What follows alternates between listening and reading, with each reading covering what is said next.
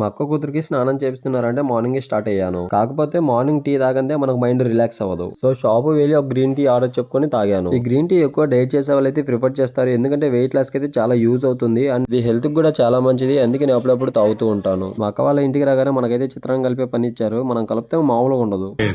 చిత్రాన్నం టేస్ట్ అబ్బా.